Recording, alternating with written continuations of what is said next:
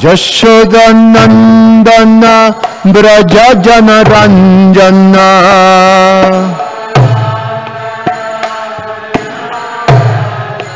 Yashodanandana Brajajana Ranjana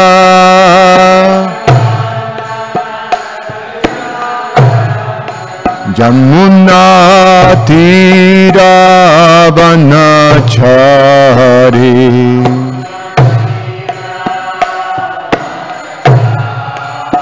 Jamuna Tira Vanachari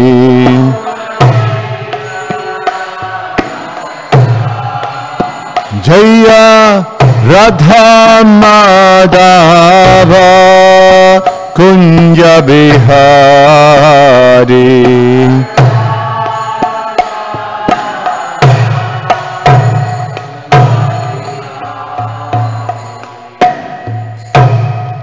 Jayam Vishnupad Paramahansa Parivrajacharya Ashtotara Shatashishimad His Divine Grace A.C. Bhaktivedanta Swami Srila Prabhupada Ki Jayam Vishnupad Paramahansa Parivrajacharya Ashtotara Shatashishimad His Divine Grace Bhaktisiddhanta Saraswati Goswami Maharaj Srila Prabhupada Ki Ananta Koti Vaishnava Vrinda Ki ISKCON Founder Acharya Srila Prabhupada Ki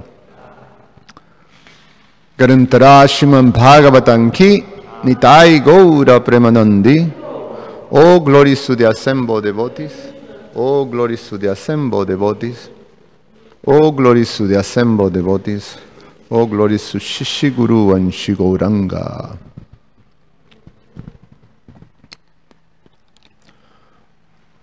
Om Namo Bhagavate Vasudevaya.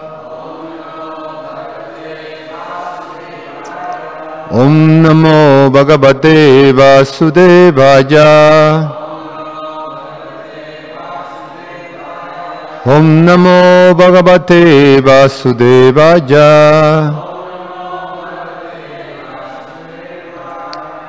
We're reading from Srimad Bhagavatam, Canto 9, entitled Liberation, text number, chapter 9, entitled The Dynasty of Amsuman. Text number 44. Navalyepi matir mahyam adharme ramate kvachit napashyan utamashlokat anyat kincha nabastvadam Pastvaham Nabalyepi Matir Mahyam Adharme Ramate Kvachit Napashyan Utamashlokat Anyat Kincha Nabashtvaham Nabalyepi Matir Mahyam Adharme Ramate Kvachit Napashyan Utamashlokat Anyat Kincha Nabashtvaham. Please chant.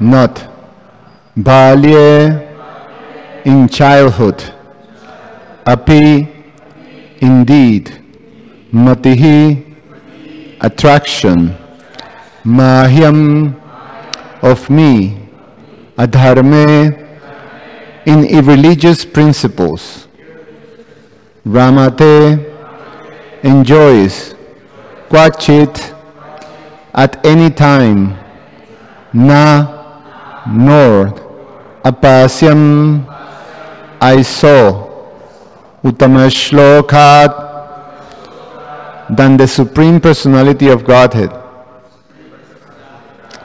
anyat, anything else, kinchana, anything, vashtu, substance, aham, I.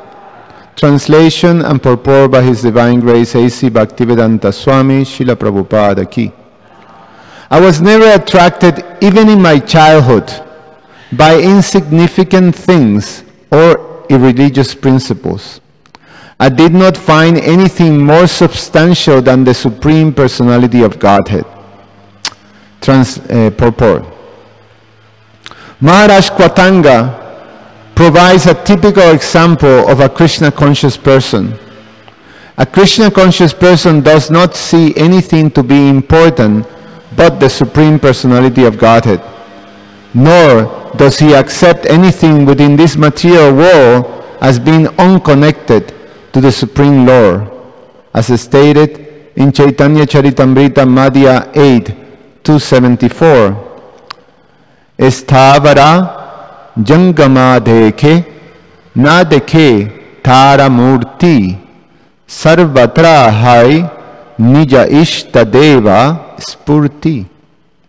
Quote, the Mahabhagavat, the advanced devotee, certainly sees everything mobile and immobile, but he does not exactly see their forms. Rather, everywhere he immediately sees he immediately sees manifest the form of the Supreme Lord. End of quote. Although a devotee is within the material world, he has no connection with it. Nirbandha Krishna Sambandhe. He accepts this material world in relationship with the Supreme Personality of Godhead. A devotee may be engaged in earning money, but he uses that money for propagating the Krishna consciousness movement by constructing large temples and establishing worship of the Supreme Personality of Godhead. Katwanga Maharaj, therefore, was not a materialist.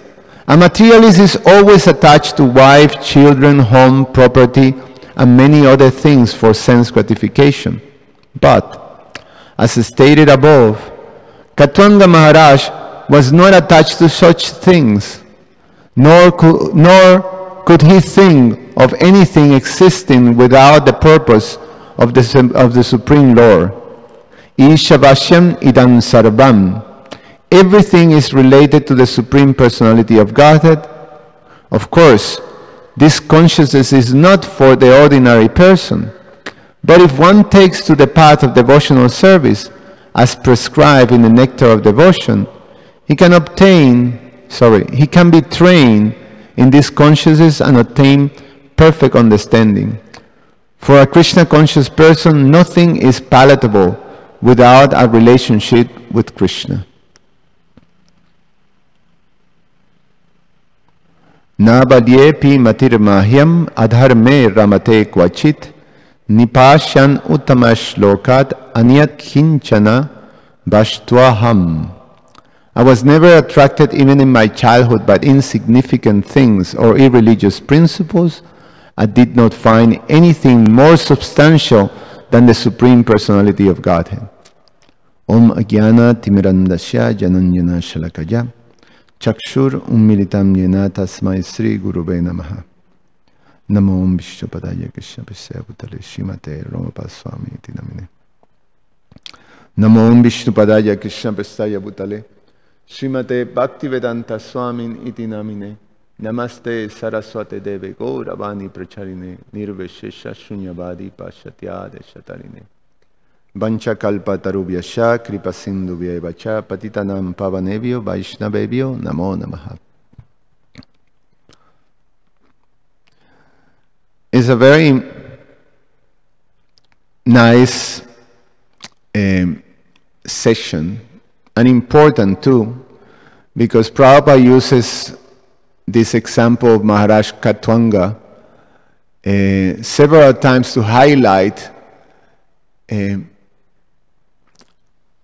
that perfection can take even a moment.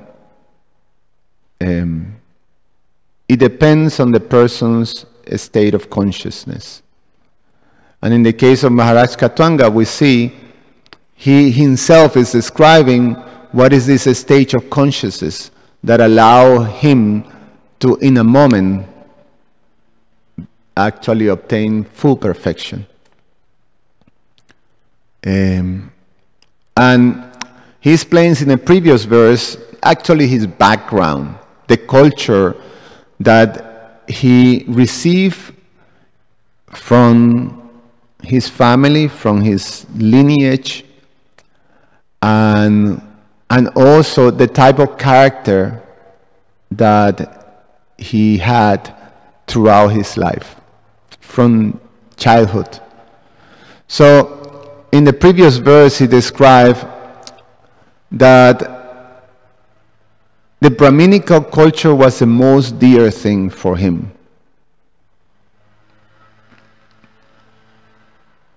He explained that was more dear than his life, this Brahminical culture. What to speak of family or kingdom or things like that. So, what is this Brahminical culture? It was very nicely explained by His Holiness Chandramauli Maharaj on yesterday. It's about this perfect balance of one's material propensities and one's spiritual understanding, culture, and practice.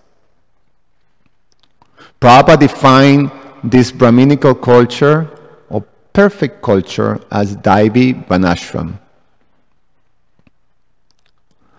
And it's the system that Krishna has provided for the world. And such is a perfect system. It's complete and it's perfect. And there is no alternative for human beings but to actually understand and apply that culture or that structure or that system that Krishna has created for mankind. Any type of suffering, any type of conflict that we experience in human society is because there is no understanding, there is ignorance about this system. And it's a system that is perfectly designed by the greatest genius, the supreme intelligence of Krishna, is perfectly designed for conditioned souls.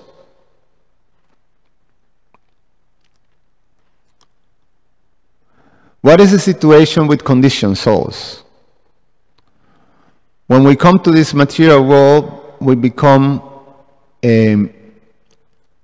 immediately take up this misidentification of the self. The first thing that we encounter as we enter this material creation is the false ego. And with the false ego, we misidentify the self as being part of this world, matter. So we take this conception of the ahamkara. And the manifestation of ahamkara, false ego, is I am this body, ahammameti. Ahammameti means I am this body and this is mine. We immediately take possession of things. So that's the first thing that encounters, and that's and from there everything goes, then we plunge into the material existence. What Prabhupada calls struggling for existence, because we're trying to lord over the things of this world, in Prabhupada's word. We take possessions of things. This is mine. That concept, this is mine, is what causes the cycle of birth and death in this material world.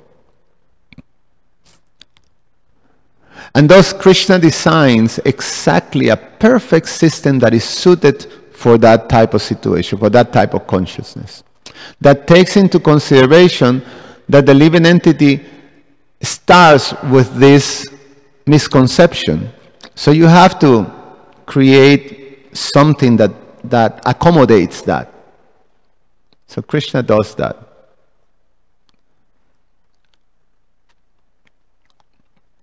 This perfect system for the conditioned soul who is on the bodily concepts of life is explained in the Bhagavad Gita, is explained in the Srimad Bhagavatam, and is explained in books like the Nectar. It's actually all our main books, all the Bhakti Shastri books are basically teaching us that. In very, very nice detail. In the Bhagavad Gita, is the theme of the Bhagavad Gita basically is that. To help Arjuna understand how to live perfectly on this perfect system.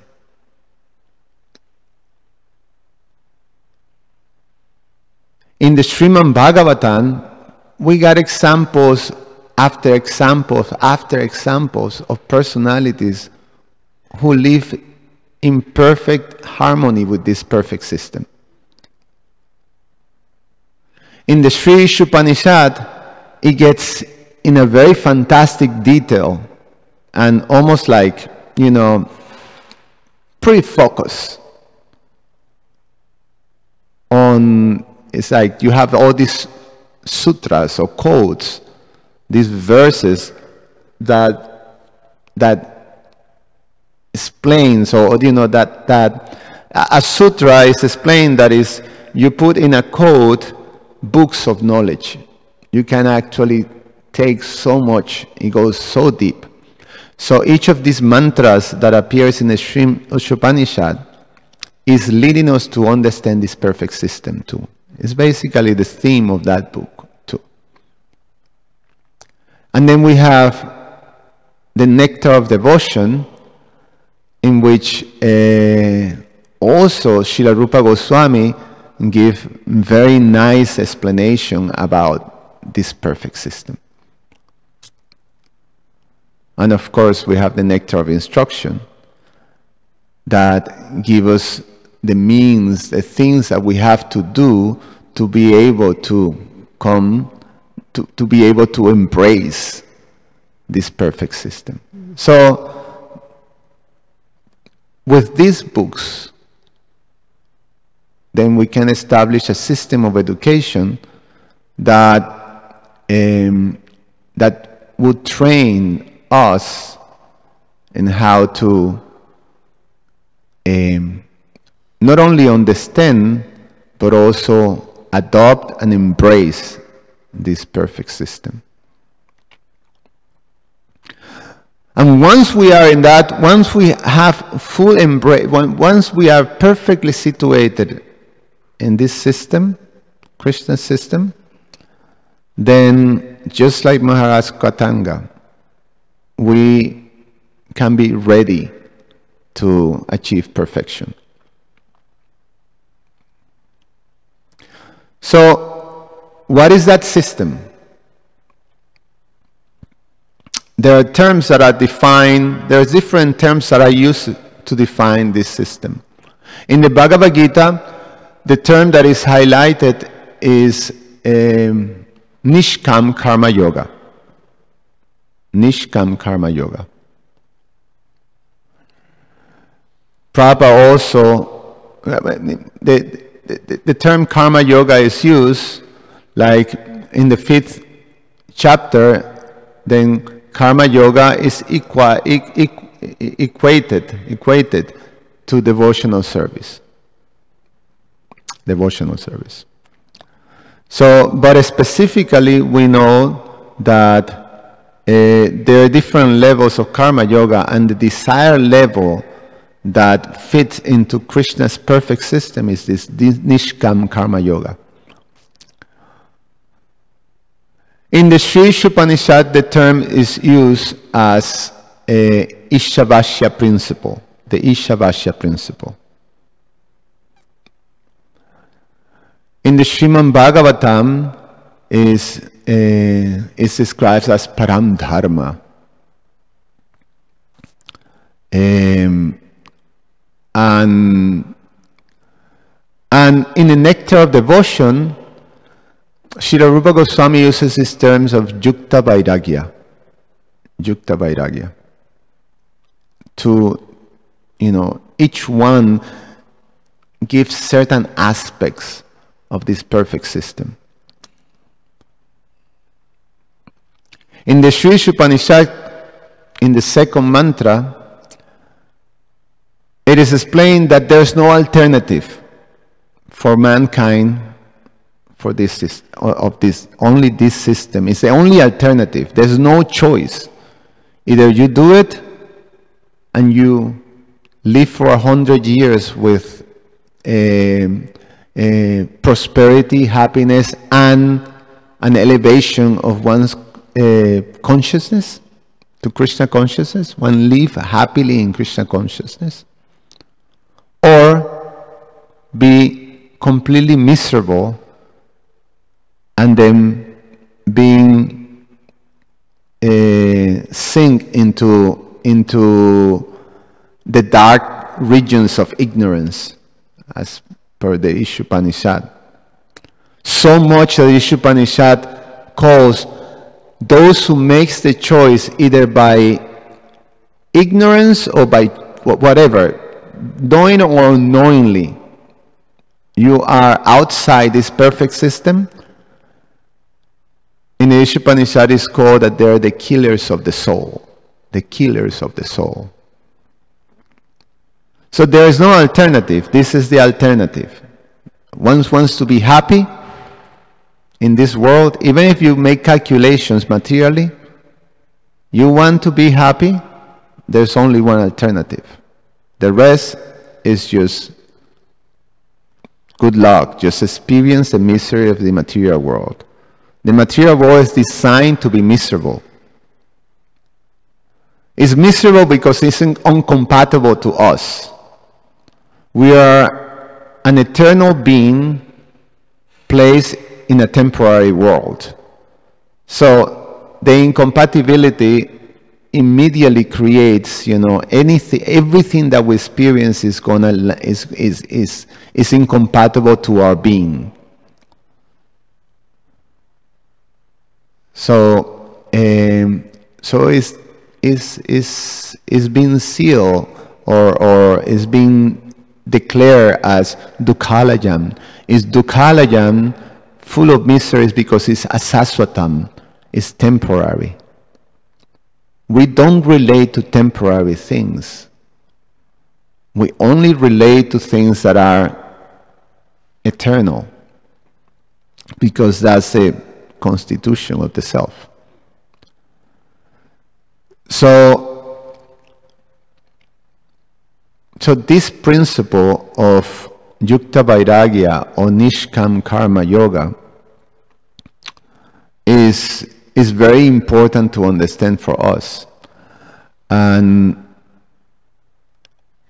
it's important that we understand what's the end result of what we're doing, what we're signing up when we take to Krishna consciousness. What do we need to do? When we come to Krishna consciousness, what is that we want to achieve? Well, we say, I want to be a pure devotee. Well, what does that mean? Or how do I do it? I still have to do things.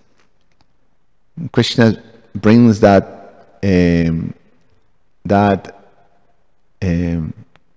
he brings that out in the Bhagavad Gita when he tells Arjuna that you still have to work.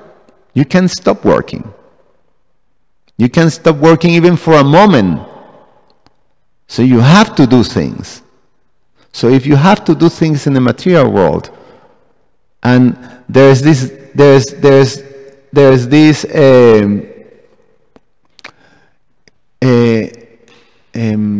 what's the word? There's a difficulty to understand. Well, work, activities in this material world, it is explained. Karma. Karma, what is karma does? Karma means fruitive activities. I'm working, and naturally, every work is going to yield a result. There's no work. When you do a work, something is changing. You're manipulating things. It's a result that is coming. So, if I'm working and the scriptures tells me that the result is going to bind me. It's going to bind me to either enjoy or suffer what is that result, what that result is bringing. That result will bring something that binds me to this material world. So karma creates this principle that's called karma bandha, which is I'm bound by the results of my actions. So that principle is there. So therefore, become free from that entanglement means immediately one can relate this. It's a natural conclusion. Well, I should stop working. Why should I work? If work does that, the solution is that I should stop working. I should do work that doesn't bind you to the result. And that is akarma, or no working, no work, renunciation. So, Arjuna's confusion when Krishna presented this solution, Krishna first presented in the second chapter of the Bhagavad Gita, he tells Arjuna, after he establishes that you're not the body, you're a spirit soul, the first thing, then he first is that, and then he goes to tell, now I'm going to tell you, listen very carefully, I'm going to tell you of a process of knowledge, that if you fully understand this knowledge, you can actually be free from the reactions of karma. And then he goes on to explain this process of karma yoga. So Arjuna, he in the second chapter, he explains karma yoga and buddhi yoga, sort of in similar terms. So Arjuna couldn't understand properly that, because he said, okay, so karma yoga is equated to devotional service, is equated to actually activities that link you or elevate you, put you in full contact with the absolute truth, with the Supreme Personality of Godhead. And what I understand is that you dedicate yourself to the activities of devotional service. And Arjuna say, yeah, very nice. So kindly explain to me what is the position of a stita dhira, someone who is situated in this transcendence. And Krishna explains and all that. And after he explains, how you can be situated, or what is the position of someone who is in Krishna consciousness. And Arjuna say, yeah, that I like to do that. Then Krishna say, now take up your weapons and fight. And that's when he gets all confused. Wait. Devotional service or fight? Or doing your work, your duty, your material duty. So then Krishna further explains that in much detailed understanding of what is this Nishkam Karma Yoga. And he says, because the fact is that you cannot stop working. You still have to work. So you have to make this work in such a way that doesn't bind you. But if you renounce work, then you be in a situation that you've been pretending. You can't sustain it because your consciousness is not suitable for that renunciation.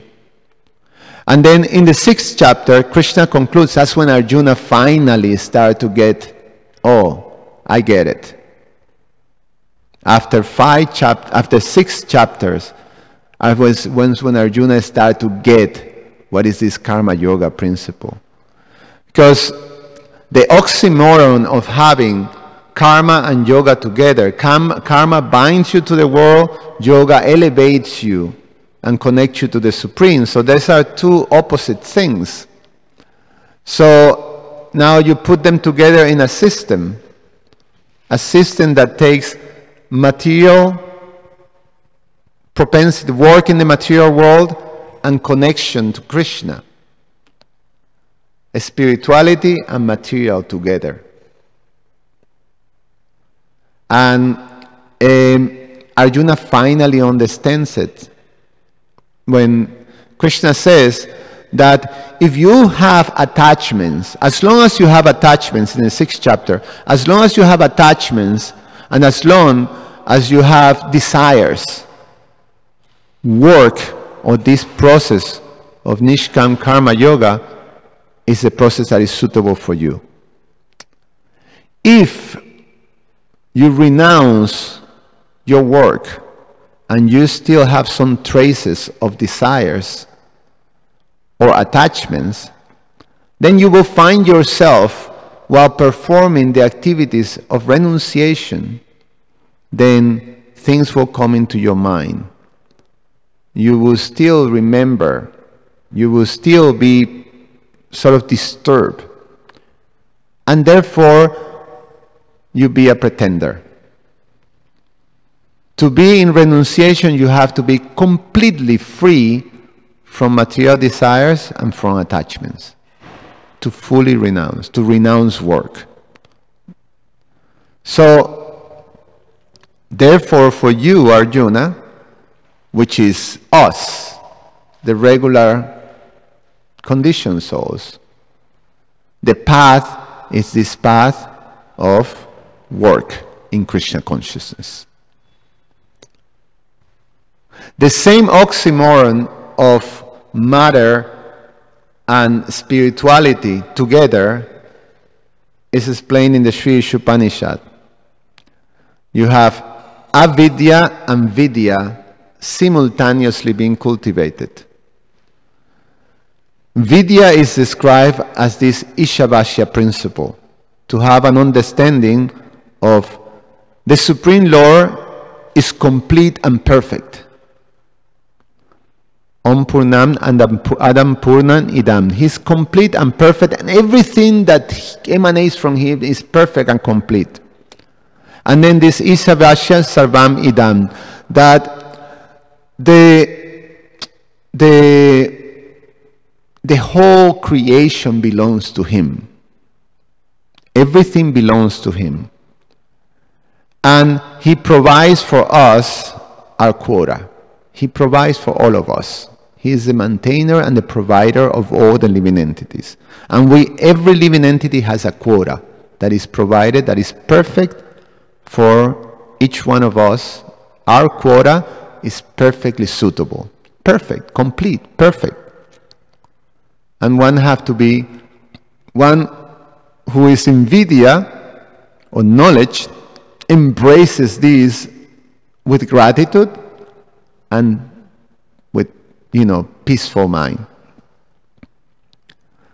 Avidya is disregarding, not having an understanding of this Ishavasya principle. In the avidya or ignorance, then you focus on your material conceptions of the self and then take possessions of things. You consider yourself as the doer and the owner. So there's this doership and this ownership principle is there. So that is avidya. Now, two different, same thing, karma and Krishna consciousness. Avidya and vidya have two different destinations. One is down, one is up. Now, same principle. In the Ishopanishad, Mantra 11, avidya and vidya is recommended to be cultivated simultaneously. And for those who are able to do that, then the path of liberation is open. Then the principle of Katwanga Maharaj. At any moment, when you're perfectly situated in that stage, you're now have the qualification to be liberated from this material world. That's what it says. So what does it mean to actually, in Prabhupada, in this amazing purpose, in the Ishopanishad, he explains what is the means of having vidya and avidya together. What is the element that allows that to happen? To have karma and Krishna consciousness, to work in Krishna consciousness. What is the element that is required for that? And Srila Prabhupada explains that that element is transcendental knowledge, which is, we got that, okay. Well, what does it mean? What is the result of that transcendental knowledge? So we're cultivating our material tendencies. We're preparing ourselves materially. We act according to our material propensities. And then we have transcendental knowledge, Krishna consciousness, together. When that is take place, when those two are together, when this Nishkam Karma Yoga is together, when this principle, this system is together, it means that the overarching principle is that everything, this Ishavasya principle. And that overarching principle translate in the purpose of life is self-realization. So everything we do is for the purpose of self-realization. So then we work.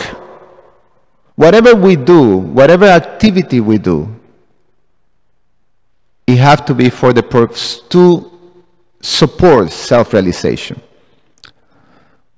In the Srimad Bhagavatam, first canto, second chapter, it also explains very nicely that all activities, dharmasya hiya pavargasya, all activities are meant for liberation. All type of works are meant for liberation. How? Are meant for liberation when one applies the principle that the results are not meant for my sense gratification, but the results are meant to facilitate this jivasya tattva jigyasha, the understanding of the absolute truth. So the result of my material activities are simply to support my quest for self-realization.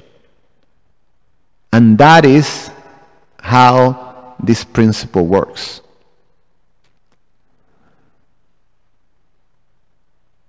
Yukta Vairagya,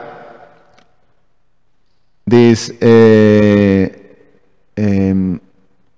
is the same thing that this is from the Bhakti Rasamrita Sindhu, that one uses what Prabhupada explained in the purport of today's verse, that one sees everything in relationship with Krishna and everything is used for the purpose of Krishna consciousness. You see every activity, every element, everything that we have, we use for the purpose of Krishna consciousness. So,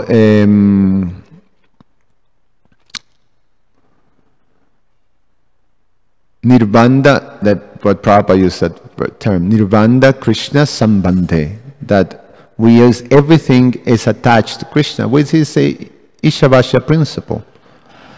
So,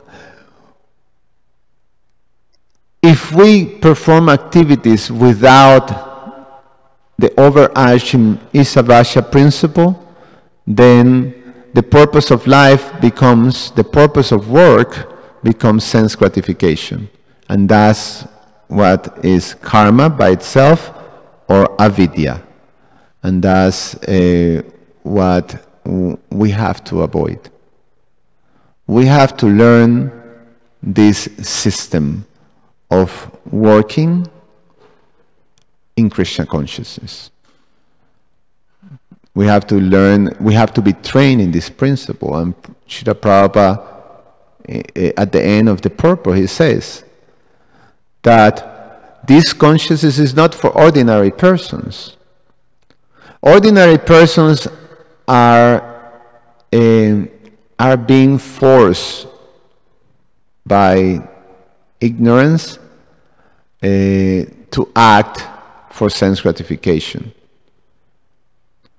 But if one takes to the path of devotional service as prescribed in the Nectar of Devotion, he can be trained in this consciousness and obtain perfect understanding. So that is the purpose of, as actually most of the 7 purposes of Srila Prabhupada, of ISKCON, have to do with establishing these principles of education. Education in this consciousness. For a Krishna conscious person, nothing is palatable without a relationship with Krishna. So that's what we're looking for. That's what we train for. That's what we sign for. We sign to come to the position, like Maharaj Katwanga, to seize everything, utilize everything for the service of Krishna, and feel quite settled and happy in that process or in that system. Any comment or questions?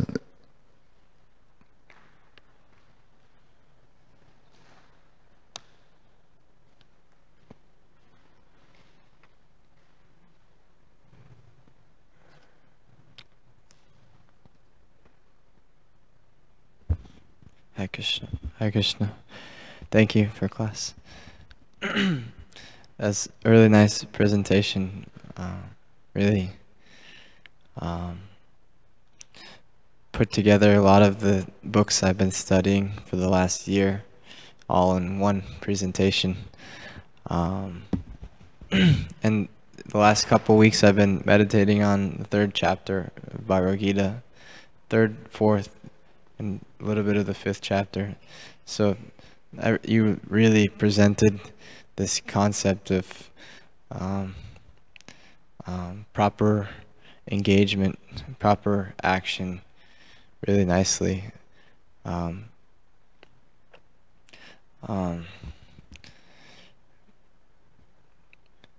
My question, I have one question about renunciation in Krishna consciousness.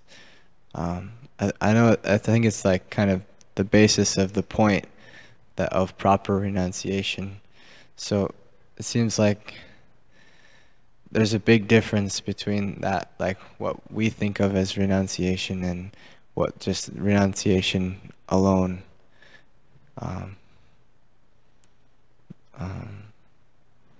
I think that's like kind of the main point, is like proper renunciation. Right. Like, so how do we understand that in terms of like other people's renunciation, or like Mayavadi renunciation? Say that again. Like The volume is very low. Mayavadi renunciation. Ah. Just like that. Like our conception of renunciation has to be proper. Right. I've been trying to understand that. In the Chaitanya Charitamrita, I think Prabhupada, there's a term that is called dry renunciation. Dry renunciation. Dry means, that it's almost like the substance has been evaporated from it. There's no substance. It's dry. And because there's no substance, it's not sustainable. So, and that was the whole thing of Arjuna's confusion. I mean,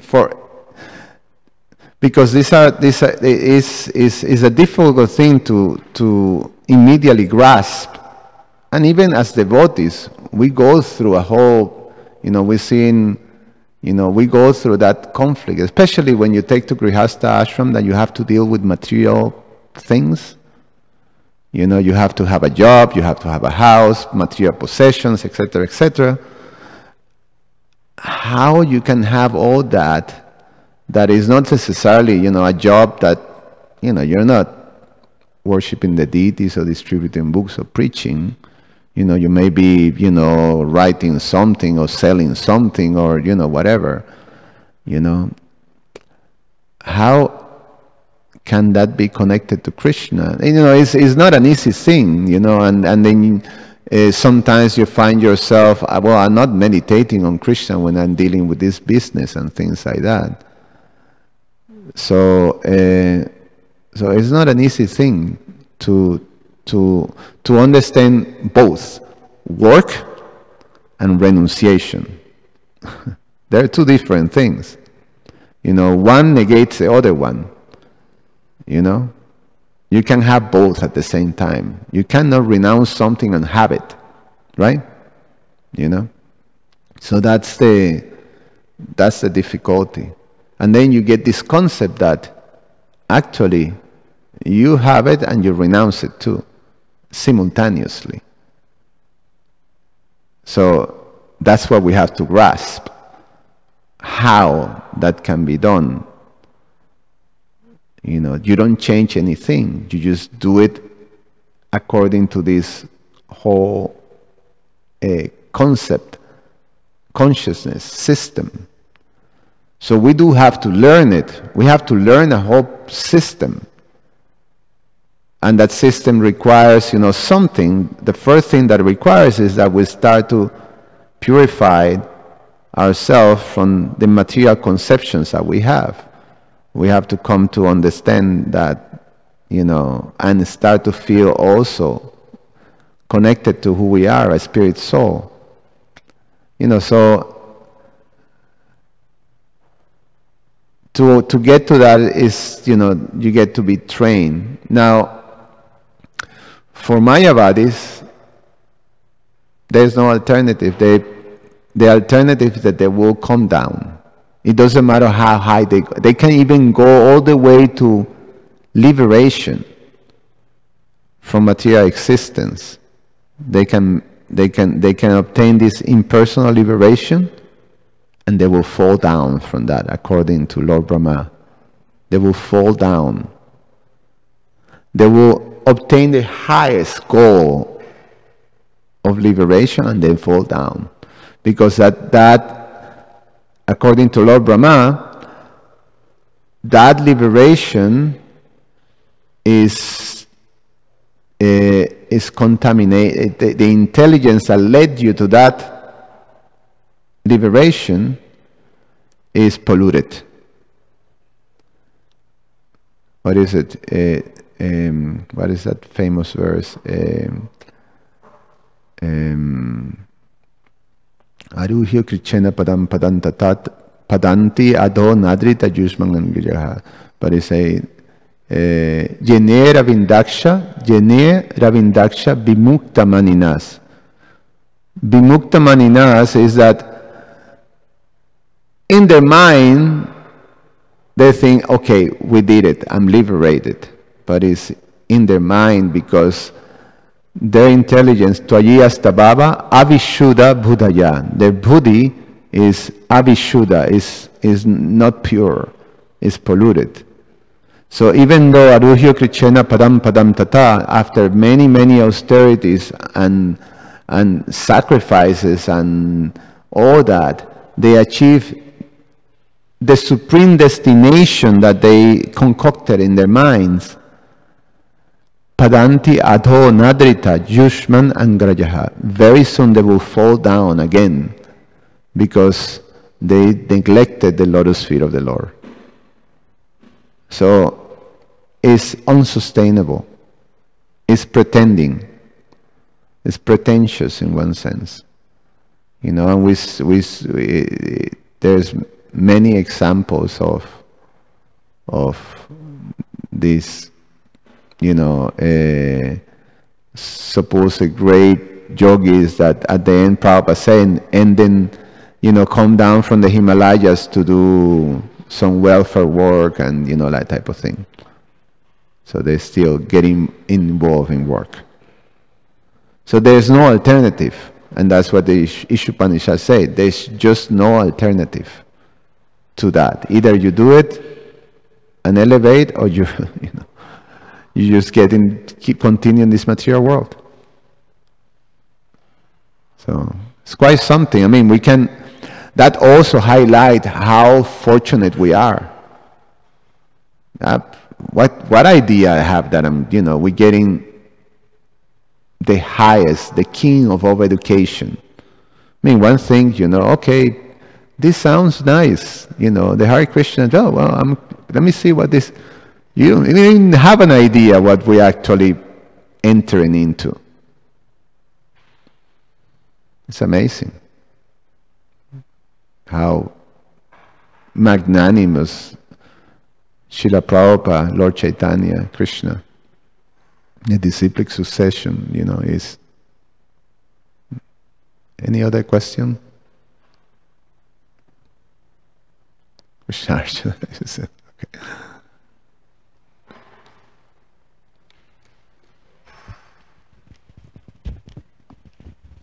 I have to bring a little volume number 2.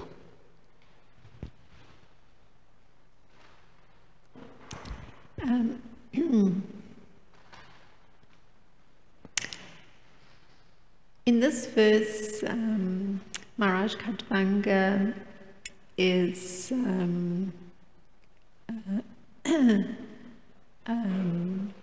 I guess in some sense he's giving also some sort of explanation of how it is that, in a moment he was able to meditate on the lotus feet of the Supreme Personality of Godhead. Because he's describing his attraction from early on, and he went through the, explaining all the principles that needed to be understood to be able to have that, I guess, that ability to be able to, in a moment, fully concentrate one's attention on the lotus feet of the Supreme Personality of Godhead. So, the principles that you were describing involved, you put an emphasis on the necessity of performing work while there were, I guess, desires in relation to the material desires.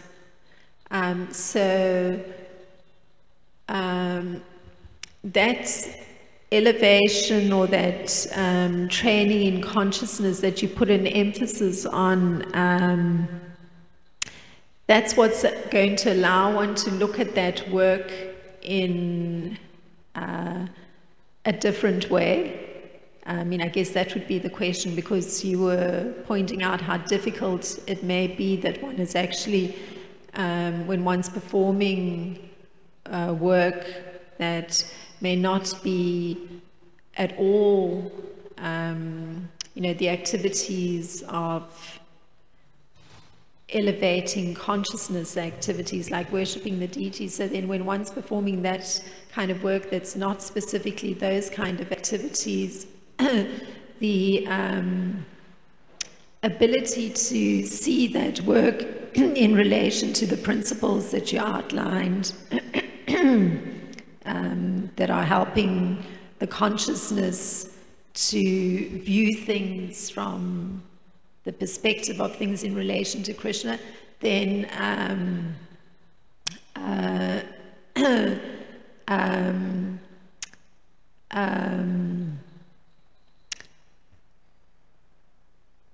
the performance of that kind of work must have been going on with Maharaj Khatvanga because he was functioning as a king. Correct.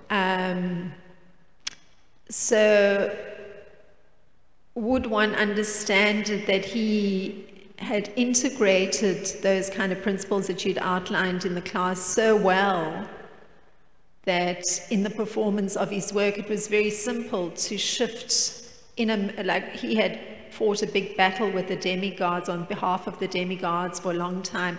So that ability to shift immediately to, when he was told he's got a moment more left of his life, to immediately shift his focus to the lotus feet of the Supreme Personality of God, it would be implied that he'd integrated those kind of principles. Correct. That you were outlining. Yeah, that's what I understood. That's what he was explaining in today's verse, that even from his childhood, he grew up like that. He didn't know anything but the Supreme Personality of Godhead. So, he represents that perfect culture. From childhood, that's what it's, that's a supported culture that was there. So as he was performing his material duties, but the consciousness was always connected to Krishna.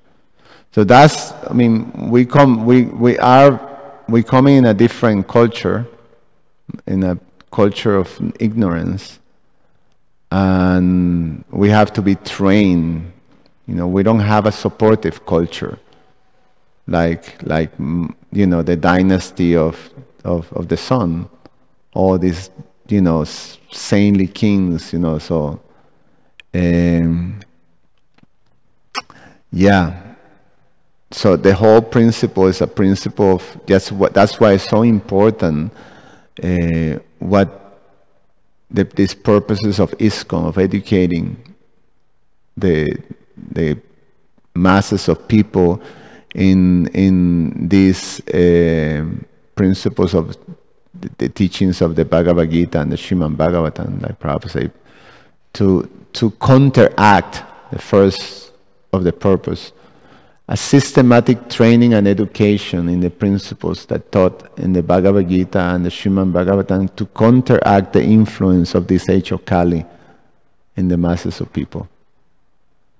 So, thinking about education,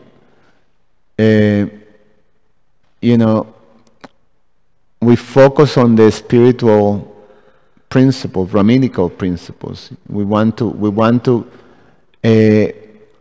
allow the students that comes to the temple to actually learn and start to understand this Brahminical culture. And Brahminical culture is a culture of understanding the absolute truth, understanding Brahman, the worship of the deities, and to be able to preach, to teach others. And that's regardless of that's what I was asking Maharaj yesterday, regardless of what propensity we have, we can still, once we learn this Brahminical culture, we can still function, on that, over that umbrella. So I may be a musician, which is a, Sudra propensity.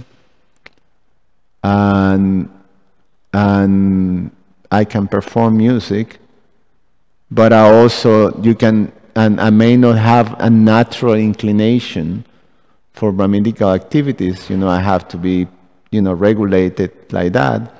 But nevertheless, you start to absorb those things, and you find yourself that now you embracing gradually this Brahminical culture. So the training can be there until the point that we come to like Maharaj Katwanga, that nothing was more dear to him than this Brahminical culture, he says.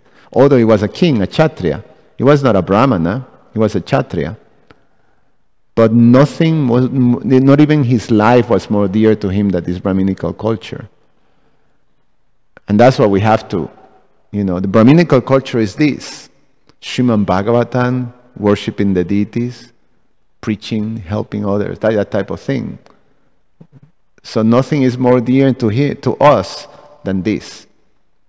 That's what we're looking for to come, regardless of what we do.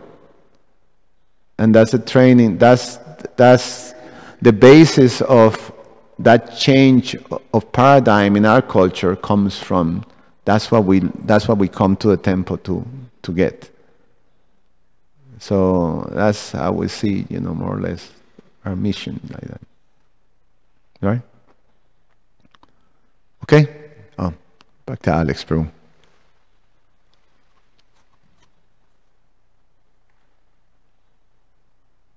Bring it up. Hare Krishna. Just wanted to thank you, Subal. The lecture you spoke on is actually something I've been thinking a lot about lately, the past couple of weeks. I was hearing this from a devotee back in New Talavan, how he was describing to me the difference between karma and bhakti. And you're explaining the difference between these two in this class as well, so that's really nice. But essentially one can go on in karma and just be working. And I'm reminded of a story about a farmer who was just working in his fields, and he was being asked why he was working, and he was saying, so I can plow the fields so that I can grow wheat, and so I can make bread to feed my family. And essentially if we're not dovetailing all of our works for the Supreme Lord, then we can just be caught in that perpetual cycle of samsara.